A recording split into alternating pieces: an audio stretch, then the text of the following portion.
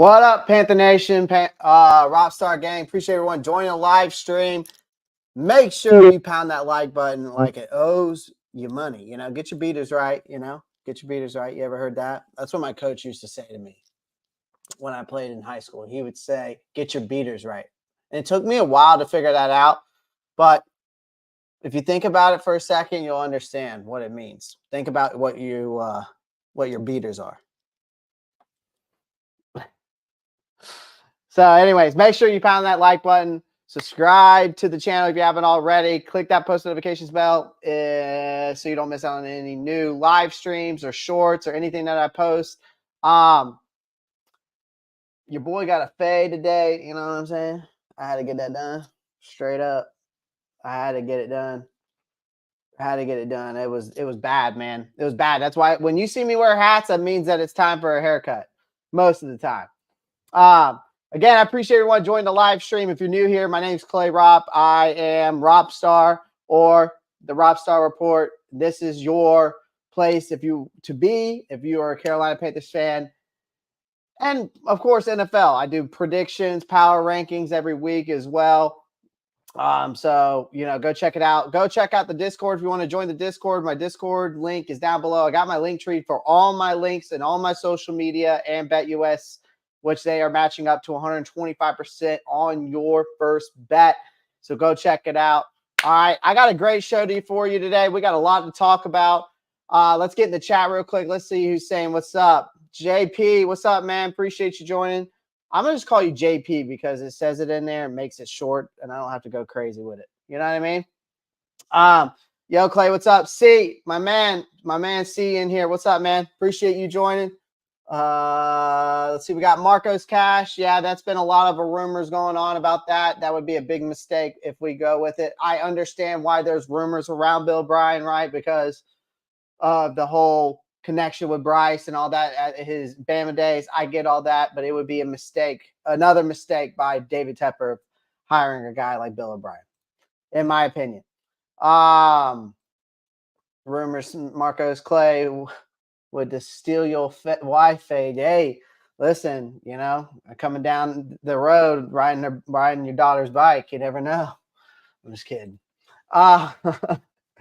Rumors, yeah, it would be a surprise since B.O.B. was young. I mean, it makes sense. I mean, again, the rumor makes sense, right? I get it. And some people are about it. Others aren't. I'm going to be honest with you. I'm not a fan. I've seen Bill O'Brien through his Penn State days. I've seen Bill O'Brien through his Texans days. I just don't think it's not a good fit. We need to get a guy in here like a Ben Johnson or a Dan Campbell, somebody like that. Bring back Steve Wilkes. I don't care if you got to beg the man. If you got to get on your hands and knees, at least we had an identity with him. Or a guy like Ben Johnson, Eric Bieniemy, but we got to stop hiring these yes men, letting Tepper get involved in football operations. And until that day comes, we're still going to be in this shit mess that we're in. So till then, let's get right into the other stuff. A lot of news and headlines going on right now. Other stories, there's been some debate, included, Chris Tabor's defense of his decision to attempt that 59-yard field goal with Eddie Pinheiro. Support for J.C. Horn's return, the status of Brian Burns, Thomas Brown's response, losing the play call studies. We all know that J.C. Horn was set to return after tearing his hamstring back in week 1. But I think obviously it's come out that he's out. And so is Hayden Hurst on the injury report. He's out as well from a concussion. I think I'm okay with J.C. Horn being out. As much as I would love to have him on the field, I don't want him back unless he's 100% healthy. I don't like bringing these guys back, even if it says, well, this was the time frame for him to make it back. If he needs an extra week, give him an extra week. I want him to be on that field 100%. That leg needs to feel like it's brand new. All right. But special teams coordinator Tabor was backed by Coach Wright. Decision to attempt that long field goal in that game against Chicago, apparently. And despite the difficult environment they were in, Tabor supported the call, expressed confidence in Pinheiro's ability, and Pinheiro missed the kick, of course, which only added more pressure on Wright's hopes of surviving this season. Yeah, Brian Burns is set to come back after missing last week with that concussion protocol. It seems that he will be ready to return against the Cowboys. He's obviously an essential asset to this defense and the pass rush that has struggled without him. I feel that defensive coordinator, though, what Evero has done without, all these injuries, has done a pretty damn good job. All right. But we will be without J.C. Horn still in this game. And finally, I was curious about how Thomas Brown felt after losing that play calling responsibilities. He came out. He's just basically taken the high road and said he supports Frank Wright's decision. It remains to be seen how this will affect the Panthers offense against the Cowboys. I don't think it's going to matter, though, honestly. This is a tough challenge against the Cowboys, guys. If anybody thinks we have a chance or even an amountable chance, is, I'll dive into why you need some help. Frank Wright away from the team and far away. I know, Panther Raider X. I feel you. But it's almost like, though, guys, like, seriously, think about it this way. It's almost like history here, though, is like going to repeat itself all over again, because there's a lot of similarities with the current situation that we have. The one, and especially one they faced back in last year. Right. And it's really something we shouldn't ignore, because if the Panthers receive a beating, which I predict they will, and I'm going to dive into that more, against the Cowboys, it's going to spell disaster for this team, just like it did last time. And David Tepper is under immense pressure, and the situation within the organization is highly unstable. I mean, it's highly unstable. And then you got fans, media, insiders. They're all pointing out the flaws on this team's roster building, the offensive performance, the player effort. The thing is Tepper has to endure another loss and witness another embarrassing blowout. It has to be the final straw that breaks the camel's back, guys, because the Panthers are the laughingstock of the NFL. And the reign of terror that Tepper has put upon this organization has drawn comparisons to Jerry Jones, Dan Snyder. With no expectations, though, the Panthers have to execute more effectively. And obviously, I get it. J.C. Horn's not back on the defense. That's fine. But the chances of an upset appear slim to none. Okay? And if the Panthers suffer a disastrous feat, it could lead to the firing of Frank Wright and general manager Scott Fitterer. It won't just be Frank. It'll be Frank and this offensive staff. I guarantee you it'll be Frank and this offensive staff and general manager Scott Fitterer. Because Tepper has already demonstrated his impulsive nature because he already fired the soccer coach, head coach, despite missing the playoffs. And so anything's possible at this point with him. And all we can do is really just wait and see how this ends up folding out. I think that though at the end of the day, I read a cool article on Cat Crave, and it was saying that they were saying that the Panthers need to follow the blueprint of the Los Angeles Rams, which I found pretty interesting. It's a great article. Go check out Cat Crave. They do great work over there. Shout out to those guys. I love reading their articles. I really like reading their articles a lot.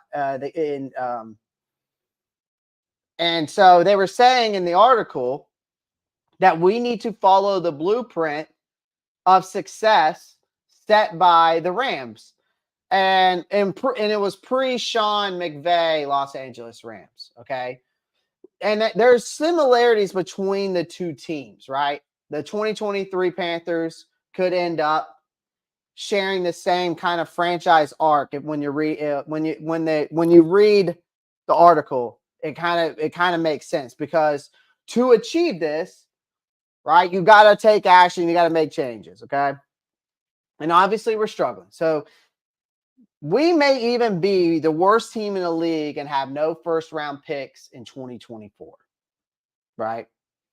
And you got Bryce Young, who has failed to make an impact, and obviously due in part to a lack of playmakers and offensive line made of I mean, honestly, let's be honest, guys. Our offensive line is made of glue and wet leaves. That's literally what I would compare it to, because and you got to think about it. Most of that blame definitely falls on the shoulder of General Scott Fitter, Frank Wright, but of course, David Tepper getting involved as well. And all these different things has now delivered this reputation of where we are now as an organization, as a whole.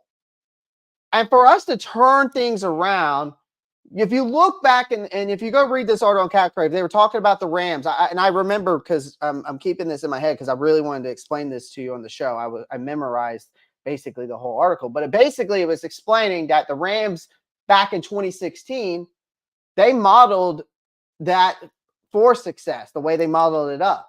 And back then, the Rams were searching for their new quarterback of the future, right? At the time, Jeff Fisher was there, and he was struggling to bring that franchise back to a respectable place. Then they took Jared Goff with the number 1 pick, right? And back in that draft in 2016, and he struggled his rookie season. Went on to an 0-7 start as a starter. He throwing for just 5 touchdowns against 7 interceptions. And so that the Rams needed to make changes. And so if you think about it, they fired Jeff Fisher. They bring in a younger guy like Sean McVay. All right. They also got to work in. Got to work in the free agency, bring in some 2 veterans to bolster up that offensive line, which is what they did.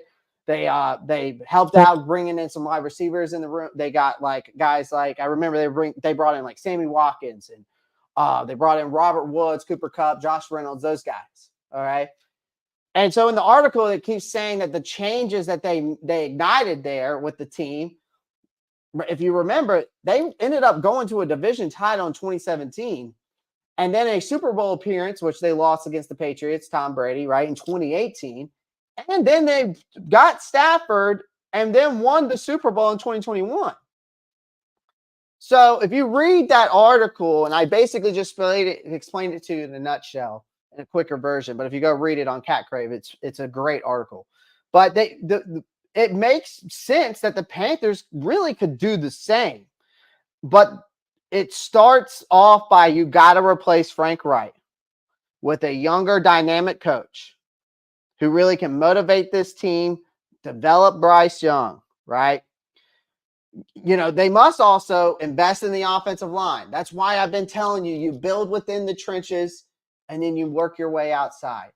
You bring in quality free agents. You bolster up that wide receiver room, okay? Then by doing so, the Panthers can elevate their players. You can help Bryce Young hopefully reach his full potential. Again, if you do all these things and Bryce is still not reaching his potential, that's on Bryce, okay? But in the end, us as an organization needs to look back at that kind of blueprint that they did over there at the Rams. And they need to kind of look at it that way. And, it was something they did before Sean McVay got there. They brought Sean McVay in, but you got to make the changes there with the coaching staff. You got to invest in that offensive line. You invest in that wide receiver room. And then after that, you can probably turn things around and achieve at least some success. Not necessarily saying you're going to go to the playoffs, you're going to reach the division championship right off the bat, but it's going to take time. So that's patience. It has to be a virtue for you guys. But I'm just saying, I really think reading that article on Cat Crave, go check it out again. It's the one that says the blueprint to how the Rams got the blueprint and how Carolina could really do the same thing over again. Go check that out. Go read it on catcrave.com. Basically, I just explained it to you, but it was a great article, and I just really wanted to it just made a lot of sense to me, and it kind of opened my eyes on what we could do to really turn things around. And so that's what I saw. So anyways, let's move on, okay? There are a couple of players I want to talk about real quick, okay?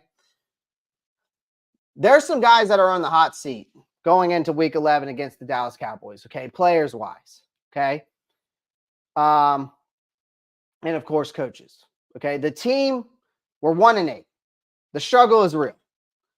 And it's become clear that I feel that there are players that are not performing as they should. And this game against the Cowboys is going to be a daunting one. But you still got to step up and you still got to do your job at the end of the day. Okay? All right? And at this point, the stakes are high. And the team needs to show that they are capable of at least doing better. Again, all I've asked ever since we started, 0-3, this was even before 0-6. All I've ever asked from this team was to see progress at each and every week and play respectable football, right? Go out there and just, doesn't matter win or lose. At least I can say, well, at least we didn't get blown out. We played hard. We almost won the game. Bryce played better. The wide receivers were getting open. The offensive line was opening up run lanes. Ike Ekwonu had a great pass blocking game. He only allowed one quarterback hurry up. Those kinds of things, the small things. All right, that's all I've asked since we started 0-3. But it's obviously I'm not getting that. We're not getting that. I'm not getting that, right? But there are several players I truly believe just need to improve their performance. Bradley Bozeman's number one. You're a veteran, Bradley. You need to show that you can produce the goods within a zone blocking scheme. Simple as that. Taylor Moton, you're one of the primary leaders on this team. I need you to step up your game and hold your own against this Cowboys pass rush. I know that's a big, daunting task to ask when you're going up against guys like DeMarcus Lawrence, Michael Parsons, those kinds of guys. I get it. But you're also supposed to be a Pro Bowl right tackle. So, Pro Bowl caliber right tackle. So, I need you to perform like one. Bryce, I know this is a daunting task. But you need to be put in a better performance in the face of adversity, okay? Because right now, your case of being a bust is getting closer and closer going that way. Whether we like it or not, that narrative is out there. So I need you, because I want you to succeed here, right? Whether if I wanted you, the owner wanted you, the coaching staff wanted you or not, you're my quarterback now, and I'm rooting for you, but I need you to give me more. I need you to do so. Of course, that depends on, again, the wide receivers creating separation and the offensive line giving you the protection as well. But I need you to not hold on to the ball too long. Don't hesitate if a man is open. And if you just got to throw the check down, throw the check down. And also, don't wait for the pocket to collapse to try to run out. If you don't see anything there and the pocket is still open enough for you to move, use your versatility to do so. It's simple as that. I mean, I know it's easier said than done, but still. I've watched game film enough to know what your tendencies are now. That's what I need from you.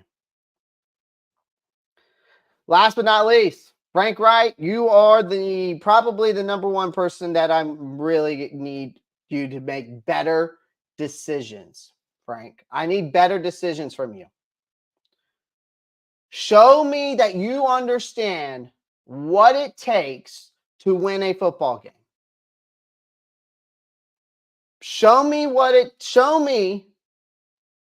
that you understand and that you can show this coaching staff what it takes to win a football game. That's what I need from Frank Wright. Because it's time that these guys that I just mentioned, Bozeman, Moten, Young, Wright, all these guys got to step up and show that they are a team that still is respectable within the league. And I'm not asking them to win the game. I'm just asking them to play good enough to compete. I know this game against the Cowboys is going to be tough, but the Panthers can't afford to give up. I want to still see fight. They just need to play hard, play smart, and show that they have what it takes to win. And that's it. Even if we lose, if it's a close game, at least it shows that there's some fight there. Because right now we are absolutely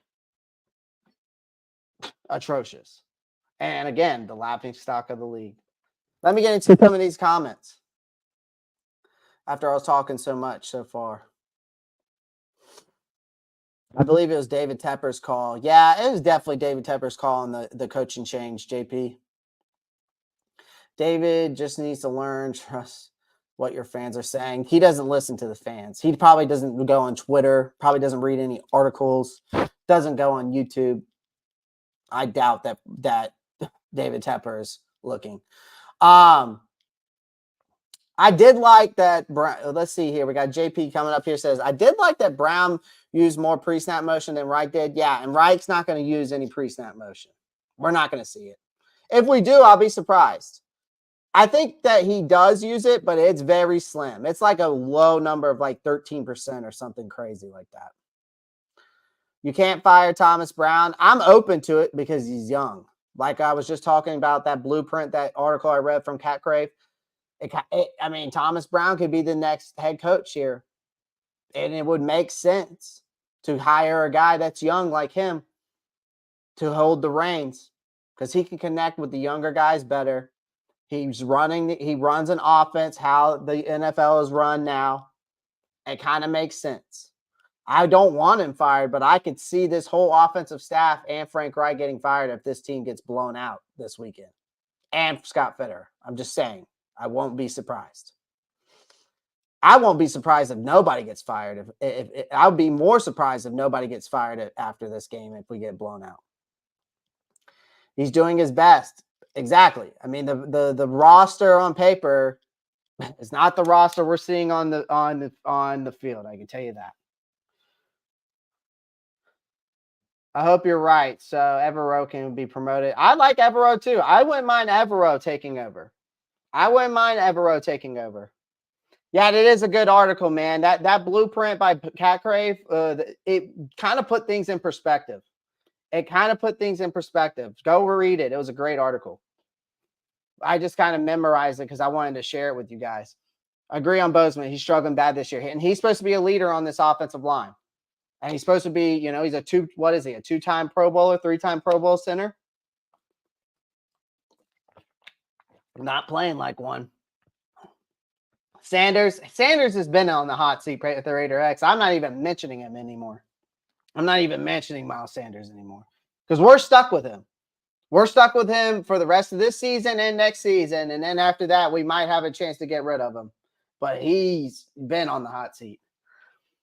Right, Clay, at least fight. Yep, that's all I'm asking. Just show me some fight. Hot take. Hire me as GM and Clay as head coach. Oh God. Listen, I know ball. But the X's and O's, I'm still learning. Like I'm reading books, reading articles, watching YouTube video. Like I'm trying to understand the X's and O's more so I can bring that when I'm doing the game film sessions. There is so much information when it goes into the X's and O's of football. It's insane. Hell, I've been playing a shit ton of Madden just to learn the basics, right? Because but it's so there's so much that gets into it and goes involved, and why it's a lot. It's a lot of information. It's crazy. That honestly, if I could own a college, I would literally own a college just to teach people how to be a head coach, and learn the X's and O's of football. Or they should make that like a major, because that shit is insane. And how what's crazy is like I was like reading like these different schemes and how these different plays are called out and stuff like that. It's very you have to be very, very smart to understand the playbook, and to memorize it. You have got to have a photographic memory. It's insane. So it's cool though. You learn. I've been learning a lot, so it's been great. It's been great. It's been awesome. All right, here we go. So let's talk about the offense real quick for the Panthers, because that's what I want to get into first. Okay, that's the discussion I want to get into first.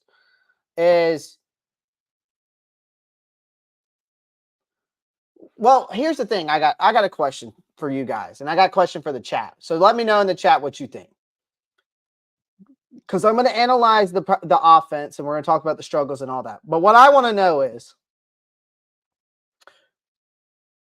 and I want y'all to answer this question to me in the chat: how hasn't the play calling been able to improve? That's what I want to know. Between Frank Wright and Thomas Brown, how hasn't the play calling been able to improve? Let me know in the chat.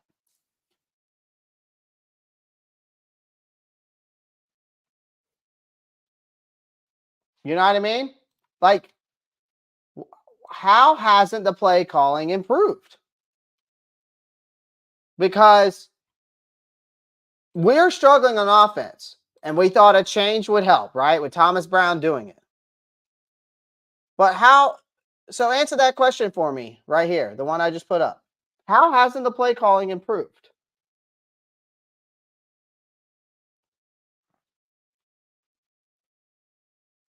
How hasn't it been able to improve at all with the changes? Because, again, we're going up against a defense that's definitely one of the most elite defenses, I think, in the NFL right now. I think it's got the best defensive player in the NFL right now, Micah Parsons. I think Micah Parsons is the best defensive player in the NFL right now. I don't think anyone's close. I don't even think Bosa's close. But we know what it's like playing Dallas at home. Okay? The Panthers, they lost their chance against the Bears, right? And now they have to face one of the most, again, I told you, they're facing one of the best defenses in the league. We know that because the Cowboys defense, they're only allowing, and I'll show you real quick.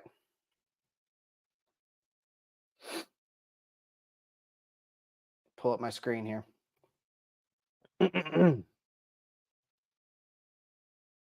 So look at this. Because Dallas is Just want to show you the premium stats here. So here is Dallas's PFF grades. Guys, as you're joining in, make sure you pound that like button as you're coming in. I would greatly appreciate it. Make sure you get in the comment section, guys. It could be Wright's mesh concept overall. Yep. Frank offensive schemes are out of date with modern NFL schemes. That's what I think too. That's what I think too, Rock. So look at this. This team grades. They're 4th overall. They're 8th in the 8th on offense, 4th on defense, 4th on special teams. Okay. Now let's go to their lineup. I mean, that's just absolutely. Now this is in their nickel formation on defense. Bland is number 2. They've got him ranked as number 2 right now. They got Gilmore's 33. Lawrence is 5th ranked on edge rushers. You got Fowler still. I mean, Armstrong, Parsons, Bell. That's just in nickel. Hooker's great. Strong safety, their slot corner, Lewis, is okay. But then if you go into the base, Gilmore, I mean, still, man. I mean, this is where Parsons thrives, though, when they're in a base formation, right? In their base. I think they run a 3-4, actually. No, they run a 4-3, don't they? Yeah, they run a 4-3. 4-3? I think they run a 4-3. Not sure. That looks like a 3-4, though. I could be wrong. Either way. Yeah, that is a 3-4. So they are running a 3-4. Okay. So anyways, I mean, it's what he's talking about, JP. Oh, the West Coast. Yeah, concept. Yeah. So again, we're going up against the 4th best. I think what is it, ranked 4th? Is that what it said back on their home? 4th best defense in the league. Okay. Let's go to the roster. Let's go to PF. Let's go based off. Where's their defense? Because this is offense. Okay. We want to get there. Let's go by position. Let's go tackles. Their tackles are good. Okay. Hold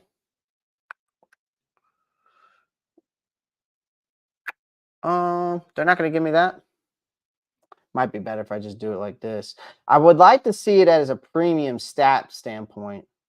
Let's see if I do premium stats there.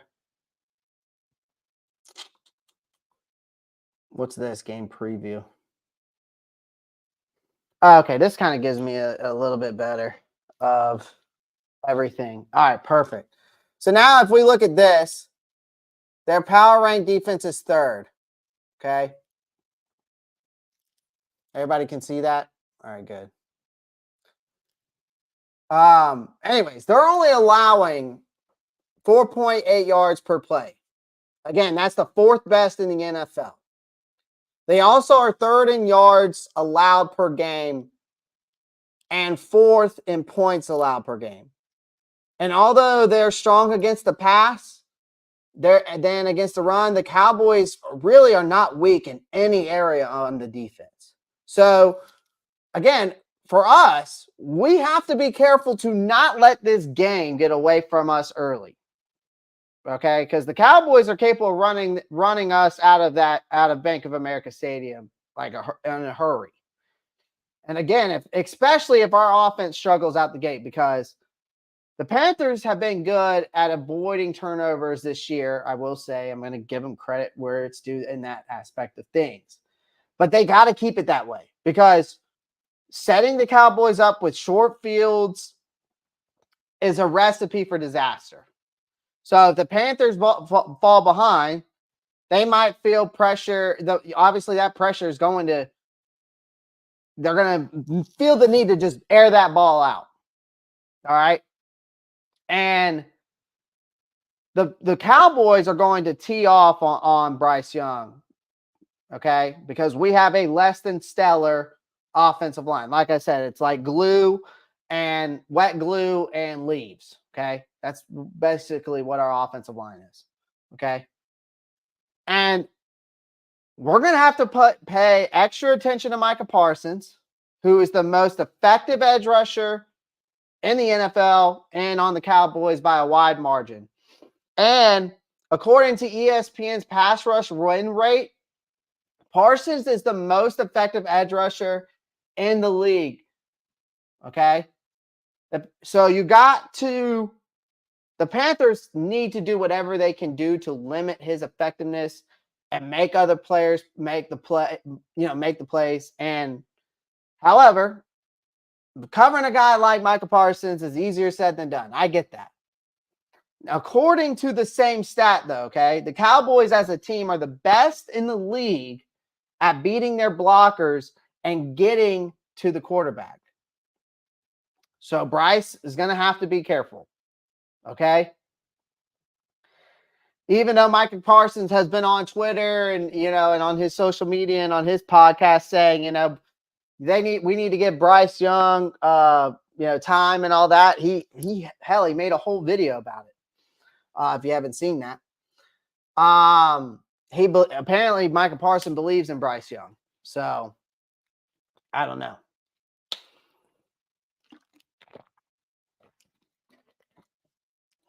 But the Panthers should lean on heavily, guys, on the run game. They got to take as much time as possible.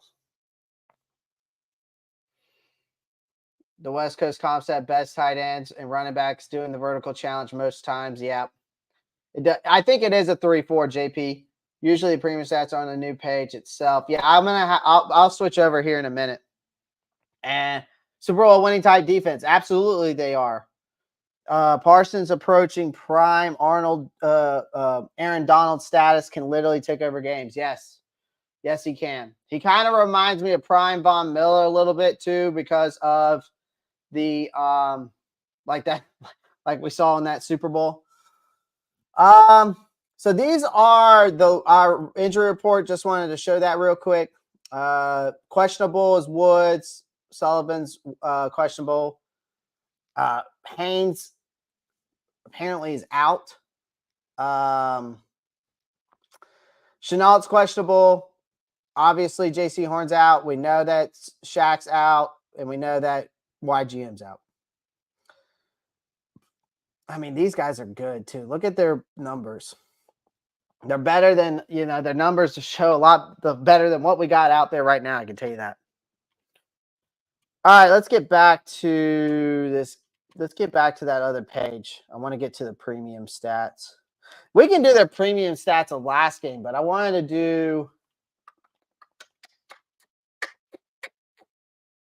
do their whole team. I guess the only thing I can do is go from the lineup, or I can go to the roster, and we'll just do it from that way, and we'll just do the defense. Let's go with the top defense right there. There's all your guys right there.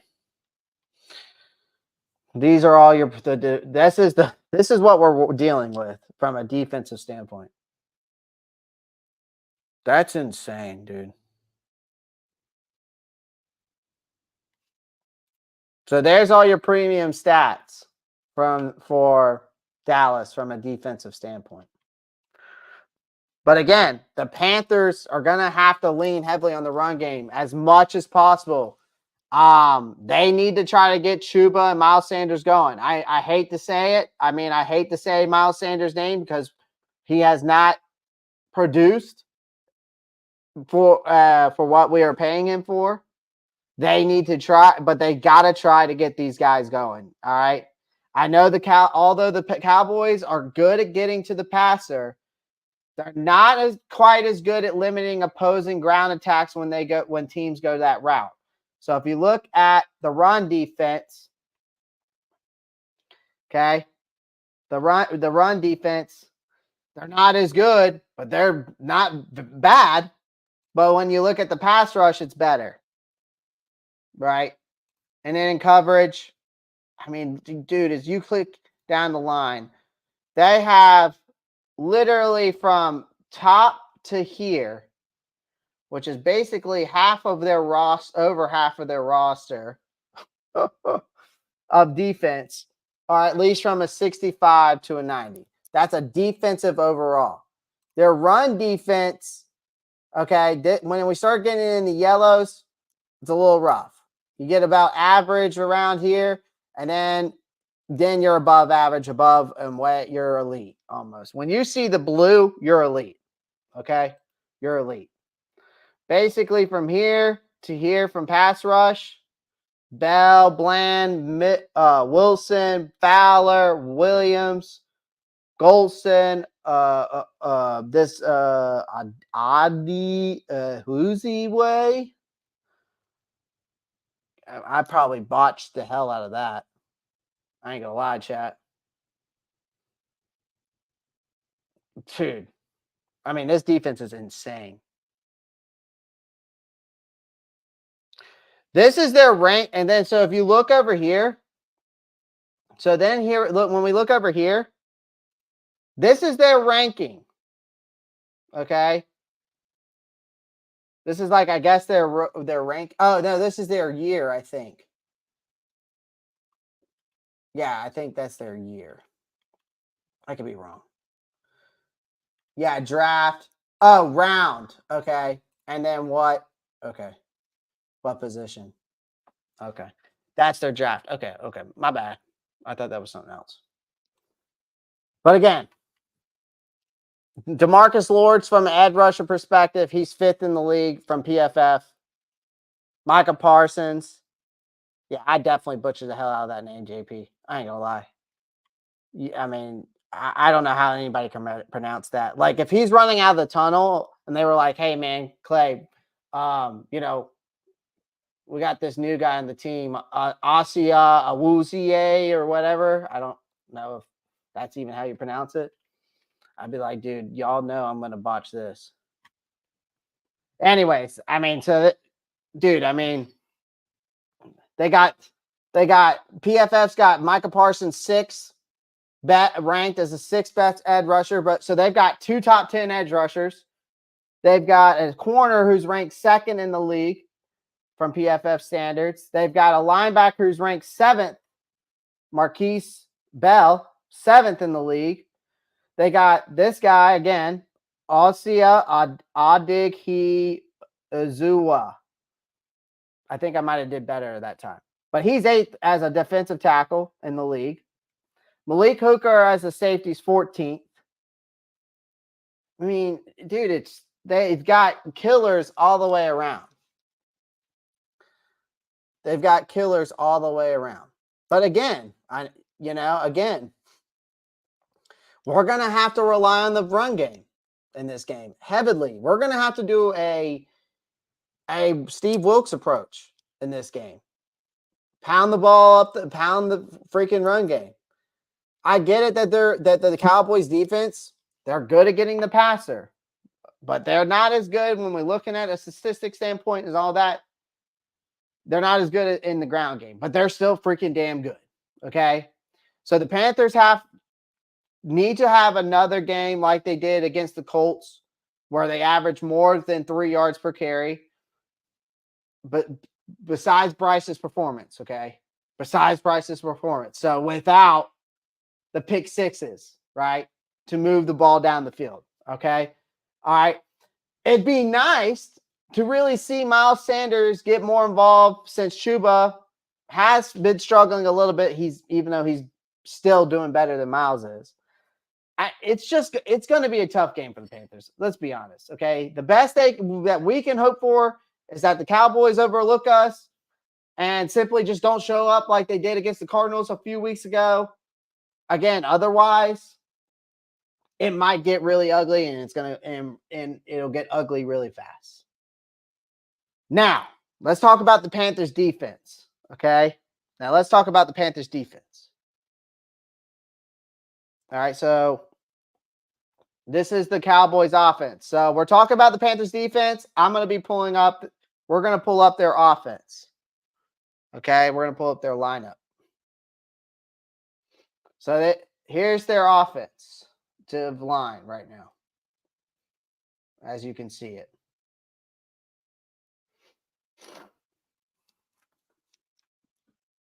Ferguson's a stud. Lamb's a stud. Cooks has stepped up. Gallup's starting to get involved. Pollard's been really non-existent, honestly. I'll be honest. They really haven't. So the Panthers defense has, again, this offense is talented too. So obviously the Panthers have not been performing well, and they're obviously our offense needs the defense to make some big plays to help out in this situation. Okay.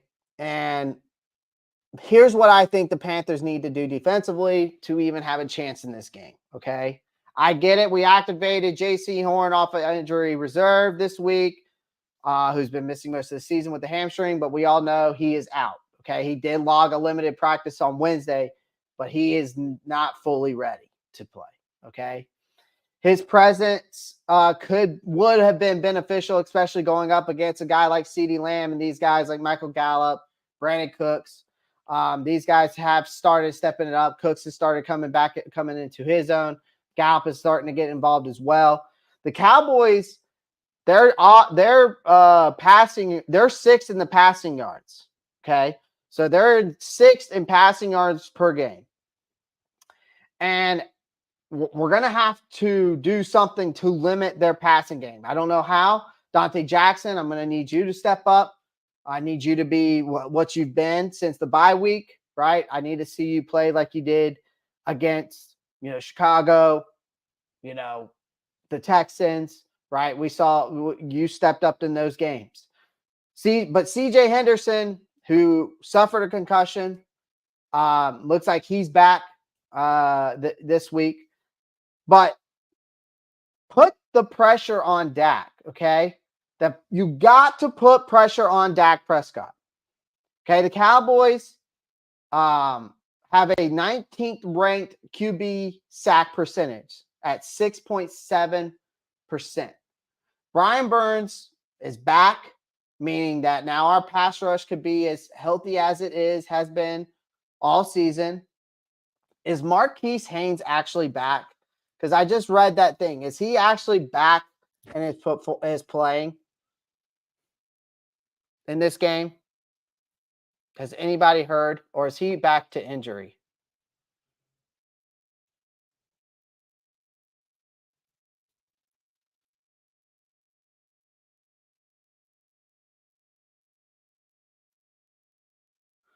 If he's back, he's back.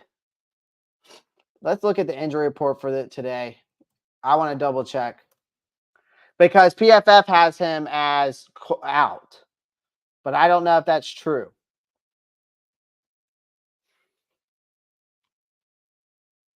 Marquise Haynes back. He was limited Wednesday, limited Thursday, limited Friday.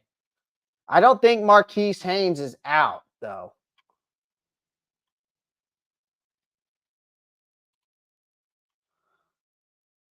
I know Jason. Oh, it is. Here we go. Here's the new report. Okay, it just came out, I guess, 3 hours ago, and I didn't see it. Okay, so Marquise, so the Friday report just came out 3 hours ago. I didn't see it earlier.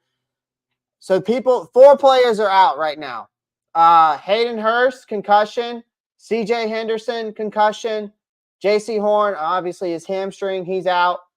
And Marquise Haynes is out. Questionable though, we got Laviska could be making his return, so he's questionable right now. Sullivan, Ian Thomas, who gives a shit. Xavier Woods, they're all questionable. Cleared to play right now. We got Bryce is cleared, DJ's cleared, Moton's cleared, Corbett's clear, and Burns is clear. Just came out 3 hours ago. I didn't see it. Okay, I didn't see it. So, which means that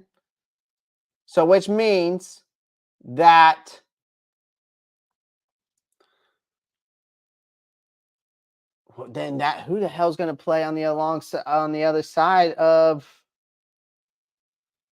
Oh God! So if Marquise Haynes out, and we got the YGM is out. Does that mean DJ Johnson's going to be on the other side of Brian Burns? Oh God!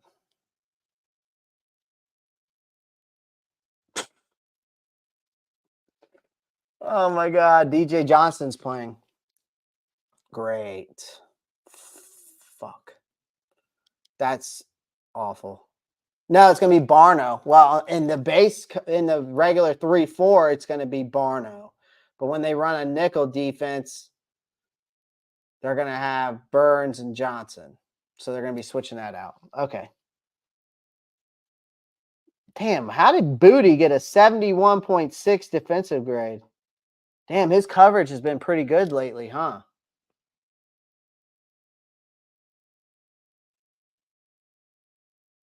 Damn, I didn't know DiCaprio Booty had it like that.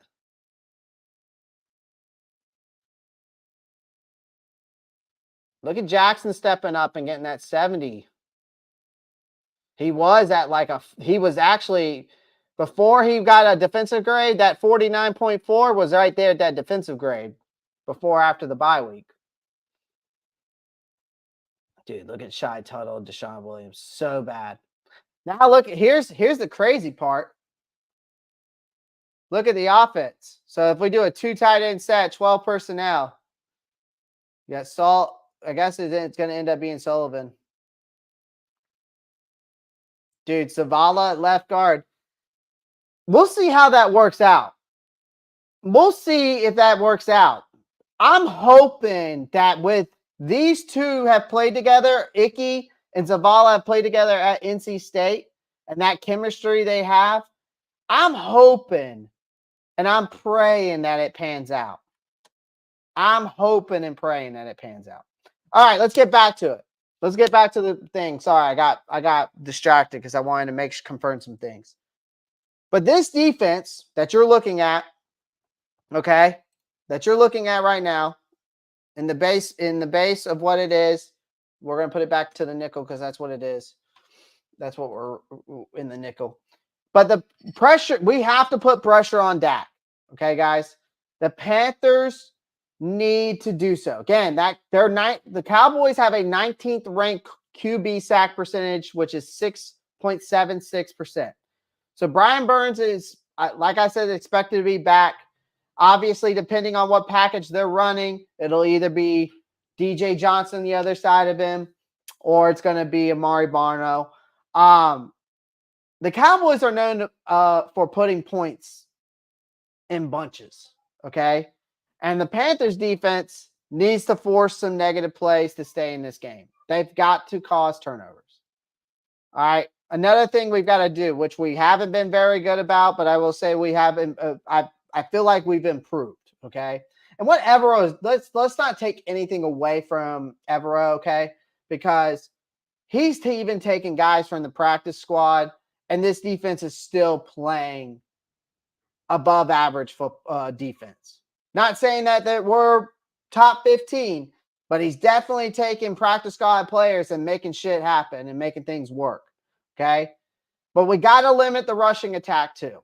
I know that Pollard hasn't been that great lately, but when they kind of been doing that running back by committee approach with Rico Dowdle and him, it seems to be working better.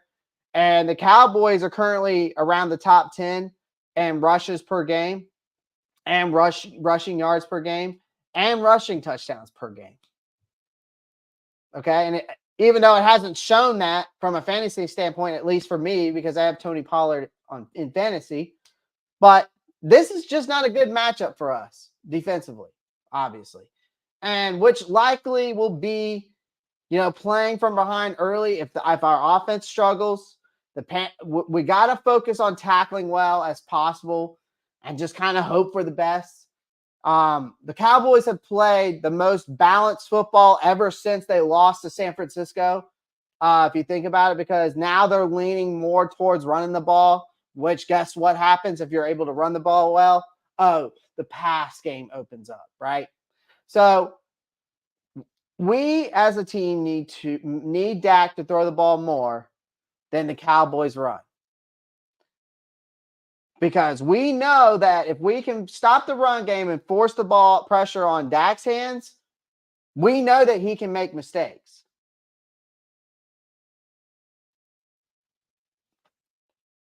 And that's really it.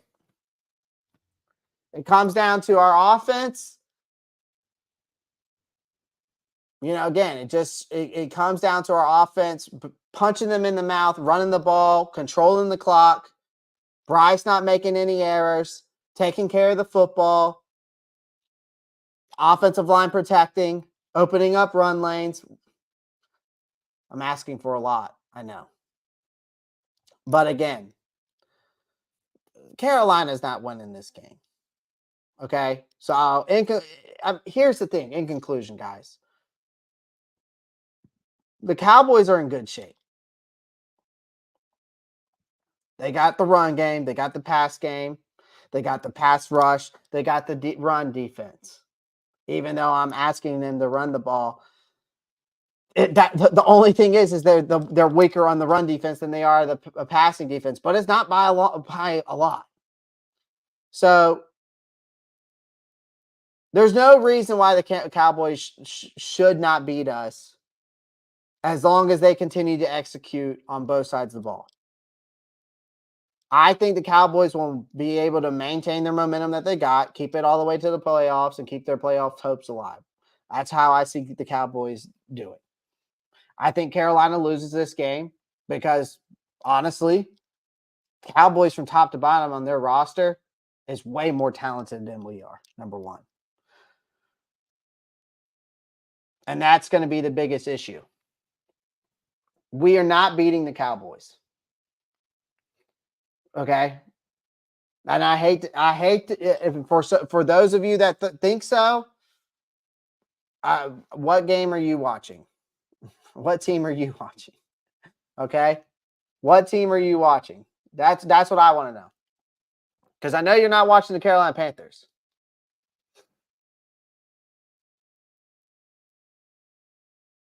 It's just not happening.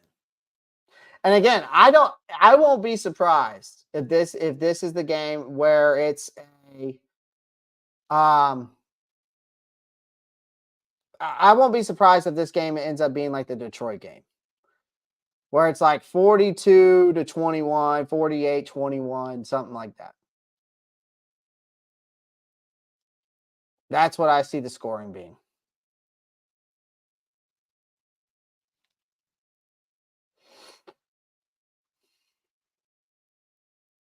Yeah, DJ Johnson starting. Yeah, they're rotating him. I do not like Zavala at left guard. Yeah. Unfortunately, that's where we're at. We let Throckmorton go, who definitely was a lot better than what he was. Because look at this. So this is the thing that frustrates me. Okay. So let's go look at Throckmorton. Okay. Calvin Throckmorton. Let's go look at him at left guard position. Okay. Now that I get it. This is his overall grade right here. Okay. This is his overall grade. He's got a 50.6, pass blocking 55.7, 44.2. Okay. Plays left guard, played some right guard, but mostly I know that with us, he played left guard. So you got that. Now, Chandler Zavala. So we let this guy go, and we brought in Chandler Zavala with this.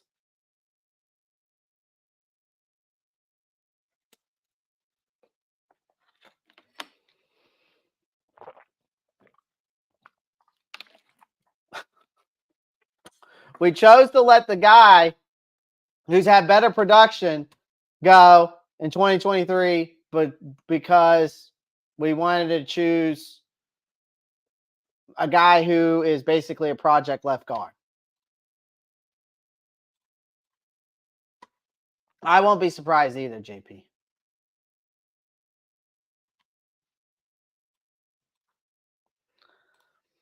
Are we actually tanking for the first pick in the second round? At this point, Panther Raider X, it looks like it. It looks like it. It's, where's Nash Jansen? We haven't seen him play at all. Nash Jansen hasn't even played at all.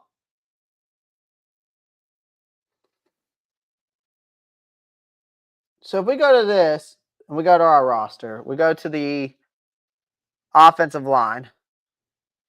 We got Brett Toth. Haven't seen him play once. JD Dorenzo. Haven't seen him play once. I guess he's practice squad, right? P means practice squad. I'm pretty sure A means, the regular roster. Okay, so P means, so we're not going to see JD Dorenzo. But Brett Toth. Haven't seen him play. You got Chandler Zavala, Nash Jansen, Cade Mays. We haven't seen him. I don't remember the last time I've seen him on the field. All right, you got Austin Corbett. We brought back David Sharp. You got Ricky Lee. So we got these guys. But no one's getting any rotation. So are we not rotating guys in and out like on this offensive line? Are we not rotating anybody on the offensive line? Is there like no offensive line rotation? I mean, why are we putting a guy with a 27.7 overall, and he's got a 9.6 pass blocking and a 44 run blocking, and we're going to start him over the guy that had a 50.6 overall? Granted, it's not much better, but it's definitely 30 points higher. And he's last in his position. Granted, he's a rookie, but still. Is it because that he played alongside Icky? Like, make this make sense to me.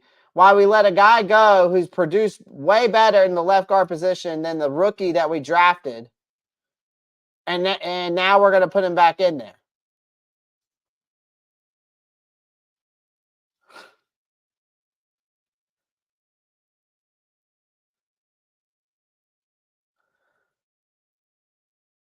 And then let's go look at Bryce's stat now. Okay, so let's go look at Bryce.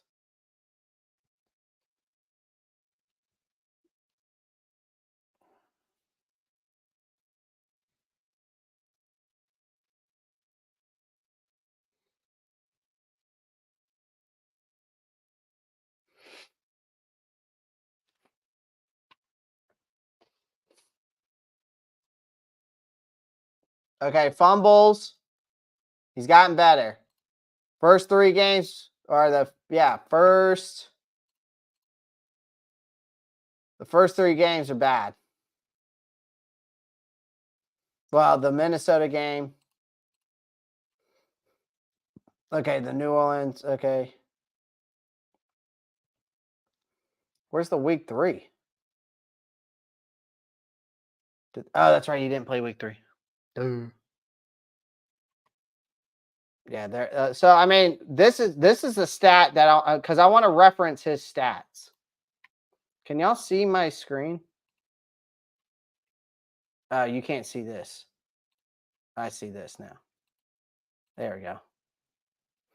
That's what I was trying to find you. Because I want to reference a stat that highlights how this team, this team's offensive issues.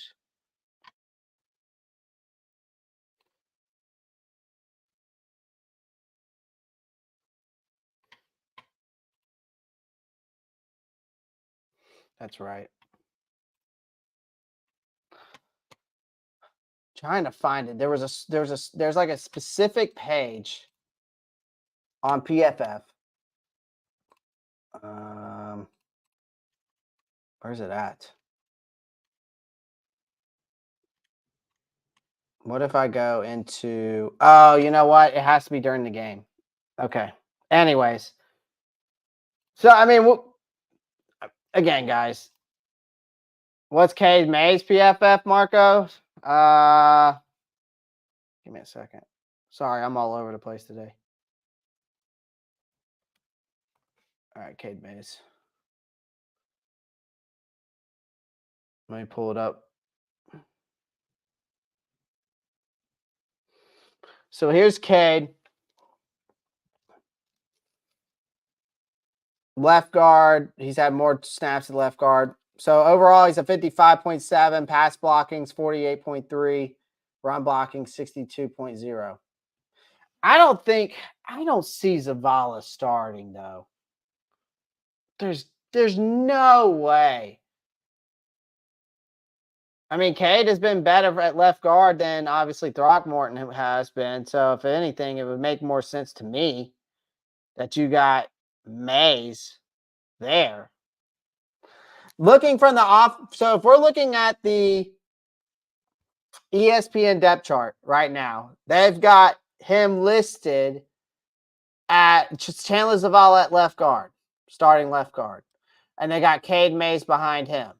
And then behind Cade Mays is Nash Jansen. Then Icky, they've got Icky starting. They got Ricky Lee behind him. And then they got David Sharp behind him. Bradley Bozeman, his backup is Brett Toth. Austin Corbett's backup is Cade Mays. And then Moton's backup is Ricky Lee as well. Oh, my God. And we might only have one tight end at this point because we don't know if Sullivan's playing. Because Hayden Hurst is out. Ian Thomas is still on IR. So you got Tommy Trimble starting. And then you got Steven Sullivan, who's questionable.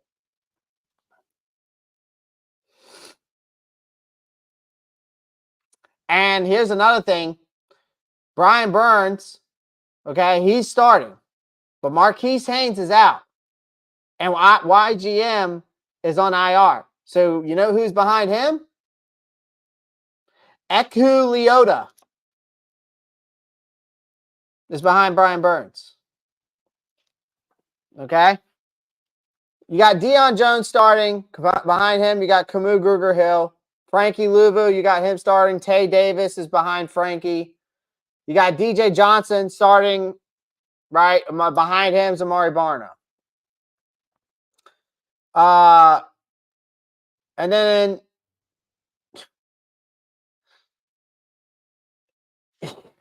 you got Troy Hill starting where CJ Henderson's going to be. Now, it'll probably be DiCaprio Booty will be where CJ Henderson is. Then it'll be Dante Jackson. Then it'll be Troy Hill in the slot. But then after that, you've got David Long and Deshaun Jameson. Like, looking at this roster, I just don't understand. Look at this. Look at this, guys. I mean, all I can do is laugh. Like, how do you expect anybody to win with a roster with these no-name fucks? Because that's what they are.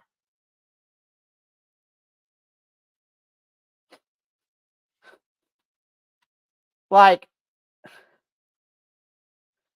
look at the tight end position. Hayden Hurst out. Ian Thomas on IR. Steven Sullivan questionable. So you got Tommy Trimble basically by himself unless Steven Sullivan's not available. Okay? Then look at your offensive line. This is your depth behind your offensive line. You got a Chandler Zavala who's got a 24, whatever it is, 27.9 overall grade at left guard. Starting over Cade Mays, who has a 56.4 PFF grade at left guard. To make that make sense to me. As we go down, you got an undersized man, Shy Tuttle, because he's undersized for a nose tackle. Let's be honest. He's not a true nose tackle. And you brought him in here. That does not fit the scheme that you're running, at least from a standpoint of his type of player. Granted, he's had maybe two good games this year. Deshaun Williams has gotten better, I will admit, but still isn't doing it enough. But then now you look at this. Brian Burns, okay, let's say Brian Burns couldn't play, okay? Let's say he was still on concussion protocol. Marquise Haynes is out and YGM's out. We would be starting Eku Leota.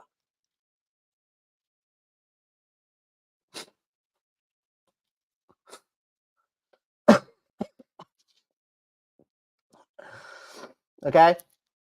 It gets better. Now you're starting Deion Jones because, of course, Shaq's out. You got Kamu Grugier-Hill behind him. Okay. Frankie Louvu, awesome. Tay Davis behind him. I don't know much about Tay Davis.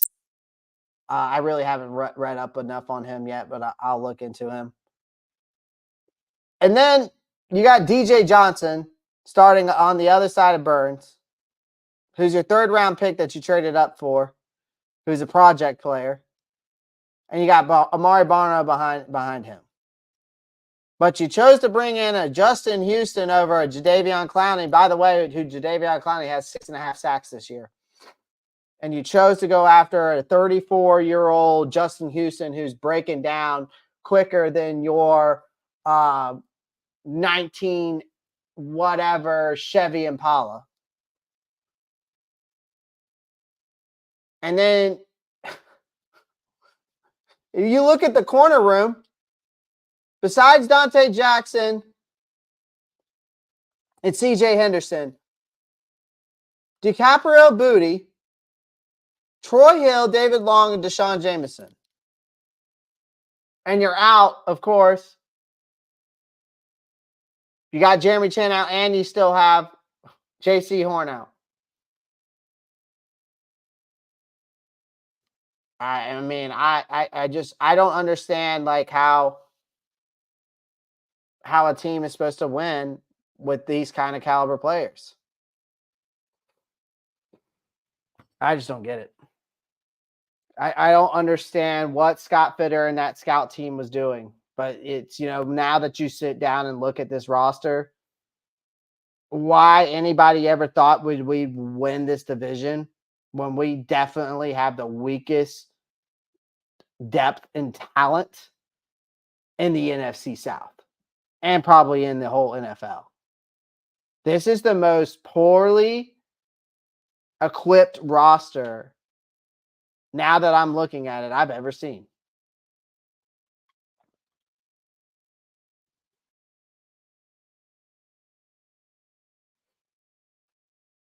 That's insane.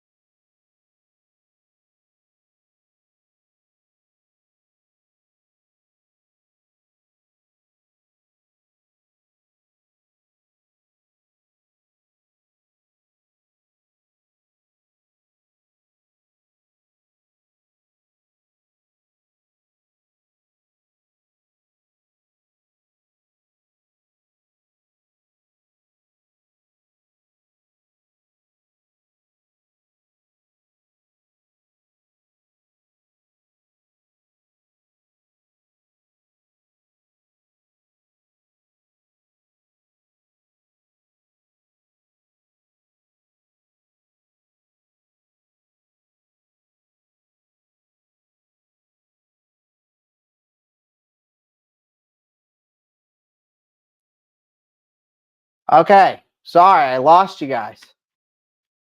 Okay. Are we good? Can y'all see me? Can you hear me? Everything okay? Hello, hello, hello.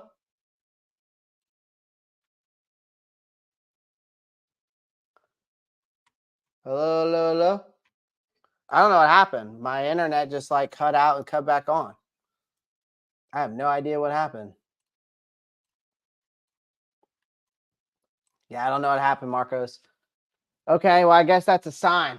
That's a sign. But anyways, guys, I hope you enjoyed today's episode. Again, thank you for everyone that joined. I guess it's a sign that I need to hop off because I don't understand why my internet just cut in and out. Anyways, again, I appreciate everyone joining the live stream. Make sure that you pound that like button. Subscribe to the channel if you haven't already. Click that post notifications bell so you don't miss out on any new content. Sorry that I hate to be a bearer of bad news, and tell you guys that we're not winning this Sunday. But I think that's kind of self-explanatory, right? I mean, I don't think a lot of people predict us to beat them. If we shock the world, we shock the world. But again, it's simple as this. Carolina has to run the ball. All right. Carolina has to run the ball and rely on it heavily so they can control the clock, right? So they control the game and keeping the offense on the field and their defense on the field longer, right? So that way our defense is not constantly going out there against this high-powered offense that they have and getting killed. So again, it's got to be run heavy, take care of the football. We're literally starting a rookie against the best pass rush in the NFL again at left guard. Icky's going to have it has to step up and continue to be effective as he has been. And our defense is just going to have to force the ball into Dak's hands because we know that Dak will mess up. But again, I don't see that being the way it turns out and us winning the game. But if we want to at least be competitive against them, that's what we have to do. And if we pull out the upset, we do. But I think it's going to be like 48-19, 21, something like that. So, again, I appreciate everyone joining the live stream. I'm going to hop off of here. I really appreciate everyone joining. We'll do a live play-by-play on Sunday. And as always, keep pounding. Peace.